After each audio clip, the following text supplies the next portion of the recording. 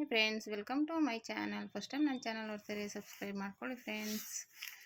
ಇವತ್ತು ಬಂದುಬಿಟ್ಟು ಒಂದು ಪ್ಯಾಚ್ ವರ್ಕ್ ಡಿಸೈನ್ ಮಾಡ್ತಾಯಿದ್ದೀನಿ. ಇದು ಬಂದುಬಿಟ್ಟು ಈ ಥರ ಪೀಸ್ಗಳನ್ನ 2.5 ಇಂಚು 2.5 ಇಂಚ್ಗೆ ಕಟ್ ಮಾಡ್ಕೋಬೇಕು. ಇನ್ನೂ ಚಿಕ್ಕದು ಬೇಕಂದರೆ 2 ಇಂಚಿಗೆ ಮಾಡ್ಕೋಬೋದು. ನಾನು 2.5 ಇಂಚಿಗೆ ಮಾಡ್ಕೊಂಡಿದ್ದೀನಿ. ನಾನು ಇವಾಗ ತೋರಿಸೋದ್ನಲ್ಲ ಆ ರೀತಿ ನೀಟಾಗಿ ಫೋಲ್ಡ್ ಮಾಡ್ಕೋಬೇಕು. ಅದು ಒಂದೊಂದ್ಸಲ ಫೋಲ್ಡ್ ಮಾಡೋಕ್ಕೆ ಕಷ್ಟ ಆಗುತ್ತೆ. ಒಂದು 2 ಮಾಡಿದ್ರೆ ನಿಮಗೆ ಐಡಿಯಾ ಬಂದುಬಿಡುತ್ತೆ. ನೀಟಾಗಿ ಹಿಂಗೆ ತುದಿನೇ ಮೂಲೆ ತುದಿ ಇಟ್ಕೊಂಡು ಈ ಥರ ತಿರುಗಿಸ್ಕೋಬೇಕು, ರೋಲ್ ಮಾಡ್ಕೋಬೇಕು. ಆ ಥರ ಮಾಡಿಕೊಂಡ್ರೆ ತುಂಬ ಈ ಥರ ಡಿಸೈನ್ ಚೆನ್ನಾಗಿ ಬರುತ್ತೆ.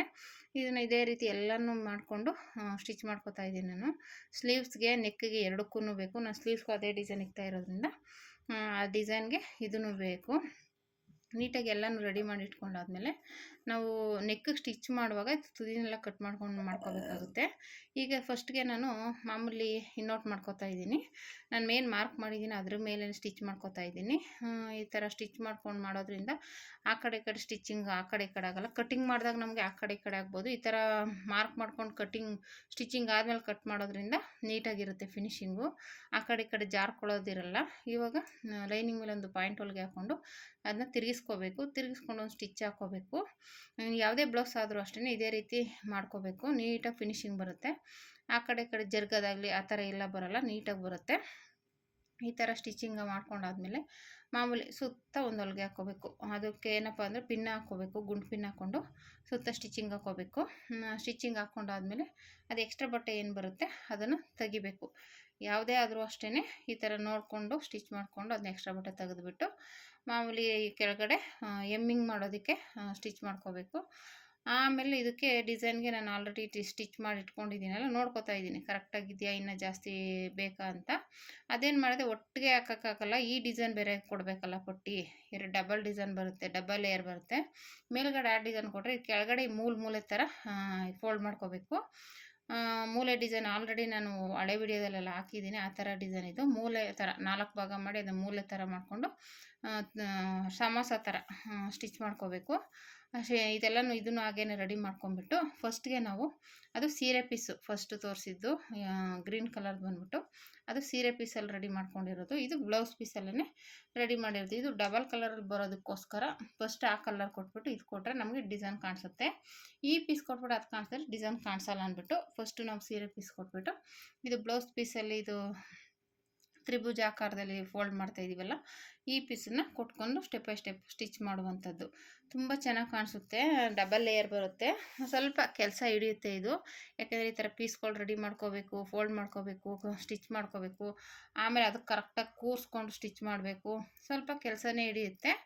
ಆದರೂ ಚೆನ್ನಾಗಿ ಕಾಣಿಸುತ್ತೆ. ಅಂದರೆ ಏನು ಕಷ್ಟ ಅಂತ ಅನಿಸಲ್ಲ. ಸ್ವಲ್ಪ ಟೈಮ್ ತೊಗೊಳುತ್ತೆ ಹೊರತು ಕಷ್ಟ ಆಗೋಲ್ಲ. ಈಸಿಯಾಗಿ ಮಾಡ್ಕೋಬೋದು. ಇವಾಗ ಅದನ್ನು ನಾನು ಸಿಂಗಲ್ಲಾಗಿ ಇಟ್ಕೊಂಡು ನೀಟಾಗಿ ಒಂದ್ರ ಪಕ್ಕ ಜಾಸ್ತಿ ಒತ್ತಾಗಿಡಬಾರ್ದು. ಸ್ವಲ್ಪ ದೂರಕ್ಕೆ ಸ್ಟಿಚ್ ಮಾಡ್ಕೋತಾ ಇದ್ದೀನಿ. ಯಾಕೆ ಹತ್ತತ್ರ ಇಟ್ಬಿಟ್ರೆ ಇನ್ನೊಂದು ಸ್ಟೆಪ್ ಇಡೋಕ್ಕೆ ನಮಗೆ ಸ್ಟೆಪ್ ಸಿಗಲ್ಲ, ನೀಟಾಗಿ ಕೂತ್ಕೊಳ್ಳಲ್ಲ.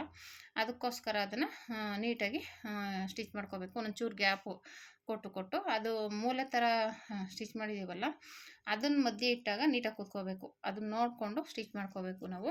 ಇವಾಗ ಇದನ್ನು ರೌಂಡಾಗಿ ಸ್ಟಿಚ್ ಮಾಡಾದ್ಮೇಲೆ ಮತ್ತೆ ಅದನ್ನು ಹಾಗೇ ಅದ್ರ ಮೇಲೆ ಇವಾಗ ನಾವು ಸ್ಟಿಚಿಂಗ್ ಮಾಡಿದ್ದೀವಲ್ಲ ಅದು ಕಾಣಿಸ್ಬಾರ್ದು. ಅದ್ರ ಮೇಲೆ ಅದನ್ನು ಕೂರಿಸ್ಬೇಕು. ನೀಟಾಗಿ ಅದನ್ನು ಕೂರಿಸಿ ಸ್ಟಿಚಿಂಗ್ ಮಾಡ್ಕೋಬೇಕಾಗುತ್ತೆ. ಸ್ವಲ್ಪ ಹೇಳ್ದಂಗೆ ಕೆಲಸ ಹಿಡಿಯುತ್ತೆ. ನಿಧಾನಕ್ಕೆ ಸ್ಟಿಚ್ ಮಾಡ್ಕೋಬೇಕು. ಇದೆಲ್ಲನೂ ನಾವು ಅರ್ಜೆಂಟಾಗಿ ಮಾಡೋಕ್ಕಾಗಲ್ಲ. ಈ ಪ್ಯಾಚ್ ವರ್ಕ್ ಡಿಸೈನ್ಸ್ ಎಲ್ಲನೂ ನಿಧಾನಕ್ಕೇ ಮಾಡಬೇಕು. ಅವಾಗಿಂದ ಫಿನಿಶಿಂಗ್ ಬರೋದು. ನಾವು ಬೇಗ ಮಾಡೋಕ್ಕೆ ಹೋದರೆ ಸ್ವಲ್ಪ ಆ ಕಡೆ ಈ ಕಡೆ ಏರು ಆಗೋದು ಚಾನ್ಸ್ ಇರುತ್ತೆ. ಅದಕ್ಕೆ ಸ್ವಲ್ಪ ನಿಧಾನ ಆದ್ರೂ ನೀಟಾಗಿ ಮಾಡಬೇಕು. ಈ ಥರ ಮಾಡ್ಕೊಂಡಾದ್ಮೇಲೆ ನಾನು ಆಗಲೇ ಹೇಳ್ದಾಗೆ ಅದನ್ನು ತ್ರಿಭುಜ ಆಕಾರದಲ್ಲಿ ಸ್ಟಿಚ್ ಮಾಡ್ಕೊಂಡಿದ್ದೀವಲ್ಲ ಅದನ್ನು ನೀಟಾಗಿ ಅದನ್ನು ಅಷ್ಟೇ ಹತ್ತತ್ರನೇ ನೀಟಾಗಿ ನಾವು ಇವೆರಡು ಕೆಳಗಡೆ ಡಿಸೈನ್ ಮಾಡಿದ್ದೀವಲ್ಲ ಆ ಡಿಸೈನ್ ಮಧ್ಯ ಬರಬೇಕು. ಎರಡರ ಮಧ್ಯೆ ಅದು ಬರಬೇಕು. ಆ ಥರ ಮಾಡಿದಾಗೆ ನಮಗೆ ಅದನ್ನು ಕವರ್ ಮಾಡಿ ಒಂದು ಮಣಿ ಹೊಲಿಯೋಕ್ಕೆ ನೀಟಾಗಿರುತ್ತೆ. ನಾವು ಕೆಳಗಡೆ ಅದಕ್ಕೇನೂ ಫಿನಿಶಿಂಗ್ ಇಲ್ಲ, ಅದ್ರ ಮೇಲೆ ಇದು ಕೊಡೋದ್ರಿಂದ ಅದು ಕವರ್ ಆಗುತ್ತೆ. ಇದ್ರ ಮೇಲೆ ಇದು ಮಣಿ ಹೊಲಿದ್ಬಿಟ್ರೆ ಅದು ಈಚೆಗೆ ಕಾಣಿಸಲ್ಲ. ಅದ್ರ ಮೇಲೆ ಇಟ್ಕೊಂಡು ಸ್ಟಿಚಿಂಗ್ ಮಾಡ್ಕೋತಾ ಇದ್ದೀನಿ. ನೀಟಾಗಿ ಒಂದ್ರ ಮೇಲೊಂದು ಸ್ಟೆಪ್ ಬೈ ಸ್ಟೆಪ್ ಆಗಿ ನೀಟಾಗಿ ಕೂತ್ಕೋಬೇಕು. ಅದು ಸ್ಟಿಚಿಂಗ್ ಆದಮೇಲೆ ತುಂಬ ಚೆನ್ನಾಗಿ ಕಾಣಿಸುತ್ತೆ ಫಿನಿಶಿಂಗಾಗಿ.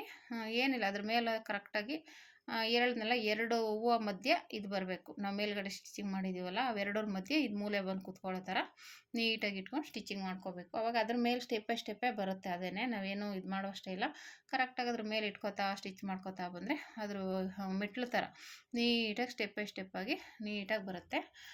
ಈ ಥರ ಸ್ಟಿಚಿಂಗ್ ಆದಮೇಲೆ ಅದು ಗ್ಯಾಪ್ ಕಾಣಿಸ್ಬಾರ್ದಲ್ಲ, ಅದಕ್ಕೋಸ್ಕರ ಒಂದು ಲೇಸ್ ಕೊಡಬೇಕು. ಅದಕ್ಕೆ ಮ್ಯಾಚಿಂಗ್ ಆಗೋದು ಗೋಲ್ಡ್ ಕಲರೋ ಇಲ್ಲ ಗ್ರೀನ್ ಕಲರೋ ಪಿಂಕೋ ನಿಮ್ಗೆ ಯಾವುದು ಮ್ಯಾಚಿಂಗ್ ಆಗುತ್ತೆ ಅದನ್ನು ನೀಟಾಗಿ ಕವರ್ ಆಗಬೇಕು. ಅಲ್ಲಿ ಏನು ಸ್ಟಿಚಿಂಗ್ ಆಗಿದೆ ಅದು ಕವರ್ ಆಗೋ ಥರ ಅದ್ರ ಮೇಲೆ ಸ್ಟಿಚಿಂಗ್ ಮಾಡ್ಕೋಬೇಕಾಗತ್ತೆ. ಇಲ್ಲಾಂದರೆ ಅದು ಕಾಣಿಸುತ್ತೆ. ಅದಕ್ಕೋಸ್ಕರ ಇಲ್ಲ ಪೈಪಿಂಗ್ ಥರನಾದರೂ ಮಾಡ್ಕೋಬೋದು. ನಿಮ್ಗೆ ಯಾವುದು ಅನುಕೂಲ ಆಗುತ್ತೆ ಆ ಥರ ಅದನ್ನು ಕವರ್ ಮಾಡಬೇಕು. ಒಟ್ಟಿನಲ್ಲಿ ನಾನು ಲೇಸ್ ಕೊಡ್ತಾಯಿದ್ದೀನಿ, ನೀವು ಲೇಸ್ ಆದರೂ ಕೊಡ್ಬೋದು, ಇಲ್ಲಾಂದರೆ ಪೈಪಿಂಗ್ ಥರ ಅದನ್ನೇ ಅಟ್ಯಾಚ್ ಮಾಡ್ಕೋಬೋದು. ಅದು ನಿಮಗೆ ಹೇಗೆ ಈಸಿ ಅನಿಸುತ್ತೆ ಅದು ಮಾಡ್ಬೋದು. ನಾನು ಇದಕ್ಕೆ ಲೇಸೇ ಕೊಡ್ತಾಯಿದ್ದೀನಿ. ಹೀಗೆ ಲೇಸ್ ಕೊಟ್ಟರೆ ಇವಾಗ ನೋಡಿ ನೀಟಾಗಿ ಫಿನಿಶಿಂಗ್ ಬರುತ್ತೆ. ಇದಕ್ಕೆ ಮಣಿ ಹೊಲಿಬೇಕು. ಸುತ್ತ ಮಣಿ ಹೊಲಿದ್ರೆ ಇನ್ನೂ ಚೆನ್ನಾಗಿ ಕಾಣಿಸುತ್ತೆ, ನೀಟಾಗಿ ಫಿನಿಶಿಂಗ್ ಬರುತ್ತೆ.